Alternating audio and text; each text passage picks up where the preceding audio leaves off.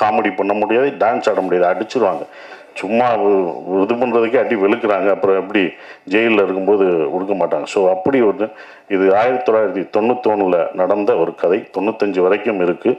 95 ஜெயிலில் பிரேக் பண்ணி தப்பிக்கிறவங்களை பற்றி 1000 அகதிகளை சந்தேக கேஸில் உள்ளே பிடிச்சிட்டு போய் அவங்க எப்படி குடும்பத்தை இழந்து அவங்க ஃபேமிலியை ஓட சேர்ந்தாங்களா இல்லையா அப்படின்ற ஒரு விஷயத்த சொல்லப்போகிற ஒரு படமாக தான் இந்த ஃப்ரீடம் இருக்கும். அவங்களுக்கு எப்படி அந்த விடுதலை வெளியில் கிடச்சதுன்றது நமக்கு அந்த அந்த இன்சிடெண்ட் தெரியாது. அப்போ நடந்தபோது 1995 இப்படி ஒரு விஷயம் நடந்திருக்கு. இப்படி ஒரு ஜெயில் பிரேக் வேலூரில் இப்படி சிறையில் இருந்து தப்பிக்க ட்ரை தப்பிச்சிருக்காங்கன்ற ஒரு விஷயத்தை நமக்கு தெரியாத ஒன்று. அது ஏன்னா இப்போ இவ்வளோ மீடியா இல்லை, ஒரு பேப்பர் செய்திகளாக தான் அது இருக்குது, பேப்பர் செய்திகளாக இருக்குது. அது இதாக இந்த படத்தில் நாங்கள் சொல்லியிருக்கோம். அந்த வலிகளையும் வேதனையும் இந்த படங்கள் அப்படியே சொல்லும், யதார்த்தமாக சொல்லும். படம் பண்ணும்போது இப்படி ஒரு படத்தை பாண்டி எடுத்ததுக்கு நன்றியை தெரிவிச்சுக்கிறேன். ஏன்னா ப்ரொடியூசர் தான் இதுக்கு அக்செப்ட் பண்ண. நான் திருப்பி கேட்டேன், ஏன்னா இப்படி ஒரு படம் நான் சந்தோஷமாக இருக்கேன் சார். இப்போ கூட படம் பார்த்துட்டு நல்லா இருக்குன்னு சொல்லியிருக்காரு. அதுக்கு ரொம்ப நன்றி. ஏன்னா ப்ரொடியூசருக்கு தான் அது பிடிக்கணும். அப்புறம் டைரக்டர், நான் ஏற்கனவே ஒரு படம் பண்ணிவிட்டேன். அவரோட ஒர்க் எனக்கு ரொம்ப பிடிக்கும். தோல்வியெல்லாம் கிடையாது, தோல்வியோ வெற்றியோ கிடையாது. நான் மேக்ஸிமம் பண்ணேன்னா புதுமுக இயக்குநர்கள் தான் பண்ணியிருக்கேன். மேக்ஸிமம் இல்லை, எல்லாரையும் அதிகமாக நான் பண்ணது 11-12 புதுமுக இயக்குநர்கள் படத்தில் நடிச்சிருக்கேன், ப்ரொடியூஸ் பண்ணியிருக்கேன். அதுக்கப்புறம் தோல்வி இயக்குநர்களுக்கு தான் நான் பண்ணியிருக்கேன். வெற்றியடைஞ்ச இயக்குனர் ஒன்று தான், அது நாடோடிகள் முடிஞ்சு போராளி சமுத்திரகனிக்கு மட்டும்தான் பண்ணியிருக்கேன். அதுக்கப்புறம் நான் பண்ணதே இல்லை. அது நமக்கு சில விஷயங்கள் இப்படி தான் பண்ணணும்னு வரும், நம்மளை தேடி அப்படி தான் வரும். அந்த மாதிரி தான் இருந்தது. ஏன்னா வெற்றி தோல்வியெல்லாம் பார்க்கக்கூடாது, அடுத்த அந்த ஸ்கிரிப்ட் என்னவா இருக்குது எப்படி இருக்குன்னு தான் பார்க்கணும். அப்படி தான் இந்த படத்தை நான் பார்த்தேன். சிவா சார் கொஞ்சம் சீரியஸாக தான் இருப்பார். ஏன்னா அவ்வளோ ஸ்ட்ரெஸ்ஸு அதெல்லாம் இருக்கும், சிரிக்க மாட்டார். படத்துலேயும் எங்களை சிரிக்கவே விடலை. இந்த இடத்துல லைட்டாக அவருக்கு தெரியாமல் நான் சிரித்தேன். அது சார் என்ன ஃபோட்டோவுக்கு சிரிக்கிறீங்க அப்படின்னு. சார் ஃபோட்டோவுக்குன்னா நாளைக்கு அவருக்கு ப்ரொடியூசருக்கு தேவைப்படுமே அப்படின்னு நினச்சி உங்களுக்காக நான் அதெல்லாம் விட்டு வச்சுருக்கேன். நீங்கள் போடுறீங்களா சிரித்து போஸ்டர்லாம், அது உங்களை நினச்சி ப்ரொடியூசரை நினச்சி நான் பண்ணது. அன்னைக்கு போஸ்ட்டு கேட்பீங்க, எங்கே சார் முதல் நாள் போஸ்ட்டு போடுறோம் சிரித்த மாதிரியே இல்லை, அதே மாதிரி வந்தார். அந்த ஒரு ஃபோட்டோவில் அங்கிட்டு சிரிச்சிருப்பேன், அதை எடுங்க, அங்கே நிறையா சிரித்து வச்சுருப்பேன் அப்படின்ட்டு தான் இருப்போம். ஃபோட்டோவுக்கு சிரிப்பேன். சார் நீங்கள் சிரிக்கக்கூடாது, சிரிக்காமல் எடுங்க எடுங்க. அப்படி திரும்பும்போது அப்படி சிரிச்சிருவேன். எடுத்துகிட்டு இதுதான் பப்ளிசிட்டிக்கு யூஸ் ஆகும், வச்சுக்கூடாது, சிரித்த மாதிரி முதல் படும்போது போட்டோம்டா அப்படின்னு தான் இருப்போம். அதே மாதிரி தான் லிஜோ சிரித்த மாதிரி ஒன்று இருந்தது. அப்போ லிஜோட்ட கேட்டேன், நீங்கள் டைரக்டருக்கு தெரியாமல் தான் இந்த சிரிச்சா அப்படின்னு. ஆமாம் சார் அப்படின்னுச்சு. ஸோ அப்படி தான் அது நடந்தது.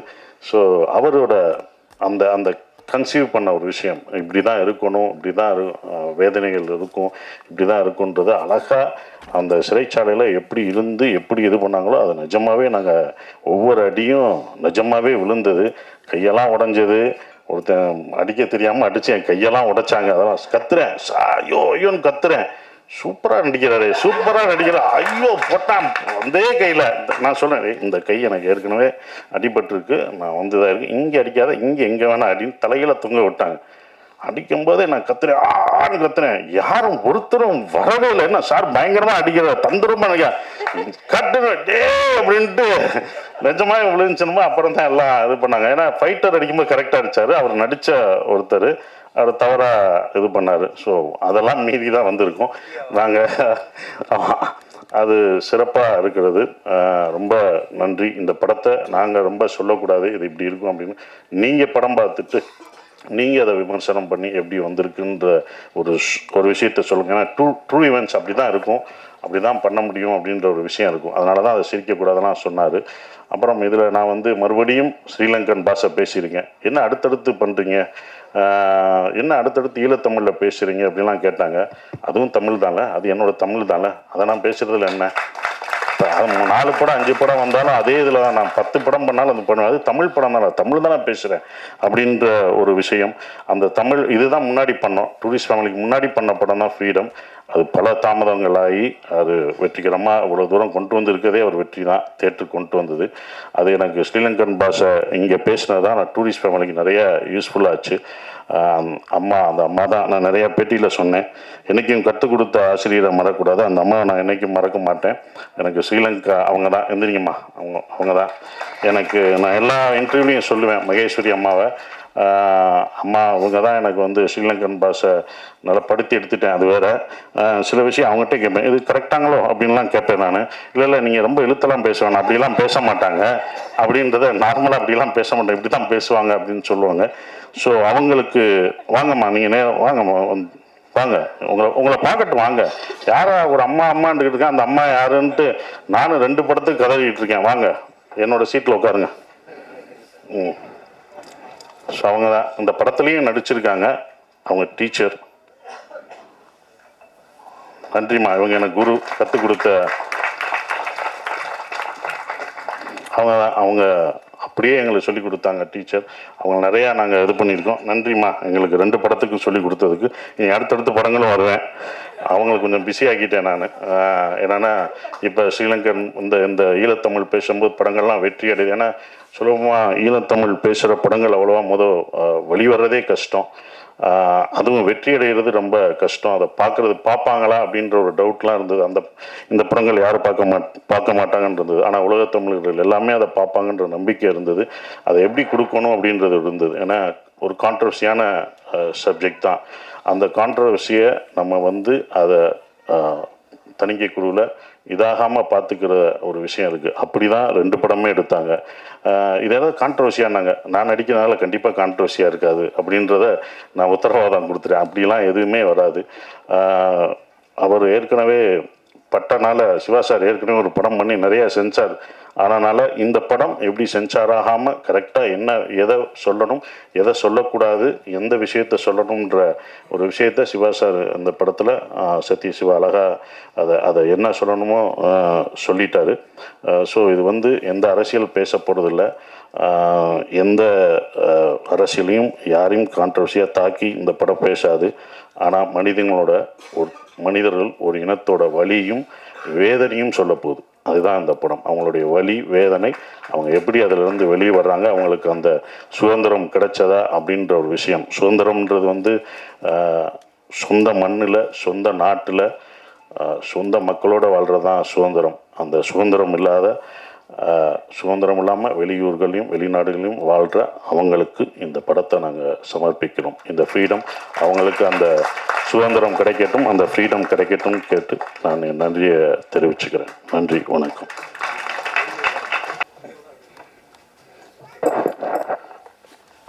எல்லோருக்கும் வணக்கம். பத்திரிகை நண்பர்கள் அனைவருக்கும் என்னுடைய வணக்கம். வந்திருந்துக்காங்க எல்லாருக்கும் வணக்கம். ரொம்ப நன்றி சார். ஆர்கே செல்வனி சாருக்கும், அம்மா கிருஷ்ணன் சிவா சாருக்கும் எங்கள் டீம் சார்பாக நன்றியை தெரிவிச்சுக்கிறேன்.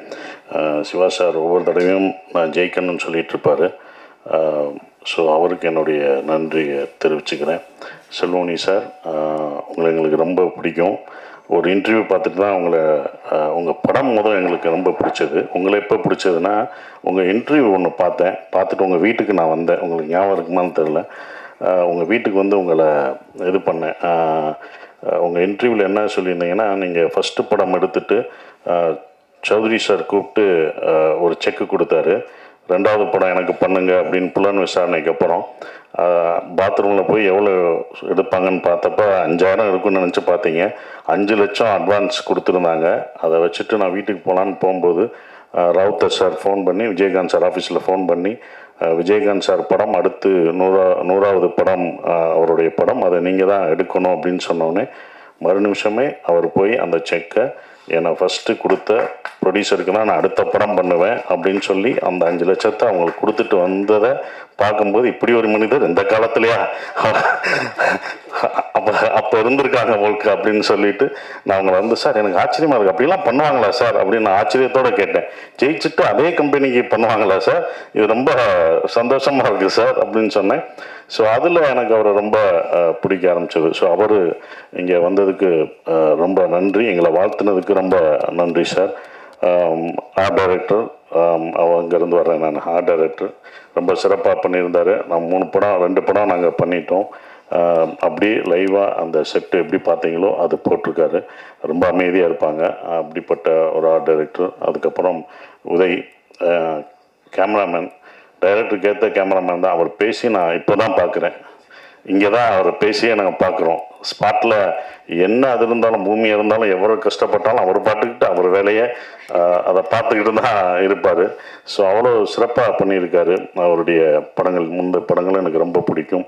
அது அப்புறம் எங்களுடைய கவிஞர், ரொம்ப நன்றி. ஈசானில் நாங்கள் முதல் பாட்டு அவர் கொடுத்தது, அது இப்போ வரைக்கும் அந்த இது அவருடைய உங்களுடைய இப்போ கவிதை சொன்னீங்களே சார், அது நீங்கன்னு எனக்கு தெரியாது சார். ஆனால் நாங்கள் அதை கேட்டு ரசிச்சிருக்கோம்னு சொல்ல மாட்டோம். ரொம்ப உணர்ச்சிபூர்வமான அந்த கவிதை இப்போ நீங்கள் சொன்னோடனே நாங்களாம் ரொம்ப உணர்வுபூர்வமாக அதை எடுத்துக்கிட்டோம். நன்றி சார். மியூசிக் நீங்கள் வாங்கி பார்த்துட்டு அவர் தான் முதல் படம் பார்த்தாரு, நல்லா இருக்குன்னு சொன்னது அவர் தான். ஸோ அவருக்கு நன்றி. ஜிப்ரான், அவரோட நான் 4 படம், என் படம் நிறையா இருக்குது, அதெல்லாம் முடிச்சு கொடுங்க. எப்போ கொடுக்க போகிறீங்க? இவரை நான் பார்க்கல, இப்போ தான் பார்க்குறேன். இன்னொரு படம் வேறு இருக்குது, அதெல்லாம் வேகமாக முடிச்சு கொடுங்க. ஸோ அவர் சிறப்பாக பண்ணியிருக்காரு. இப்போ நந்தன்லேயும் அது அந்த அந்த படத்தை என்ஹான்ஸ் பண்ணி கொண்டு போனதும் அவர் தான். ஃப்ரீடமும் நாங்கள் எடுத்ததை விட அதை ரொம்ப அழகாக இது பண்ணி கொண்டு போயிருக்காரு. அவருக்கு என்னுடைய நன்றியை தெரிவிச்சுக்கிறேன். லிஜோ, இந்த படத்துக்கு நீ வந்த பிறகு அது வேறு மாதிரி மாறிச்சு. அது யார் ஹீரோயின் ஃபர்ஸ்ட் ஷெட்யூல்லாம் நாங்கள் போயிட்டோம். ஹீரோயின் எங்களுக்கு செட்டே ஆகலை. அதுக்கப்புறம் தான் லிஜோன்னு சொல்லும்போது அது யதார்த்தமாக அப்படி அந்த என்ன அந்த ஃபேமிலியாக அந்த இது இருக்கும்போது அவங்க நடிப்பு அவ்வளோ இதாக இருக்கும். படத்தில் பார்க்கும்போது உங்களுக்கு தெரியும். அவங்க சேரணும் அப்படின்றது எல்லா ஆடியன்ஸுக்கும், அவங்க 2 பேரும் சேர்ந்துடணும் அப்படின்றது வரணும். அதுக்கு முக்கியம் ஒரு சார் சொன்ன மாதிரி ஒரு பிடிச்ச முகம், எல்லாராலையும் பாவப்பட்ட ஒரு முகமாக இருக்கணும். அது கரெக்டாக ரிஜோவுக்கு செட் ஆச்சு. அது சேர்ந்துடணுன்றது உங்களுக்கு தேணும். சேர்ந்தாங்களா சேரலையான்றதான சார் கதை, அது சொல்லக்கூடாது. அது நீங்கள் தேரில் பாருங்கள், அது சொன்னாலும் அவர் இது பண்ணுவார். ஸோ அப்புறம் மணிகண்டன், மணி படத்தில் எனக்கு வந்து சாப்பாடெலாம் ஊட்டி விடுவான். ரொம்ப ரொம்ப நன்றி. அவனோட இதை பார்த்து தான் எனக்கு ரொம்ப அந்த கான்ஃபிடென்ட்டோட அவரோட இன்டர்வியூ பேசினது எனக்கு ரொம்ப பிடிச்சிருந்தது. ஸோ அதை நான் அவர்கிட்டே நான் பகிர்ந்திருக்கேன். நாங்கள் 2 பேரும் சேர்ந்து பண்ணது ரொம்ப சந்தோஷம்.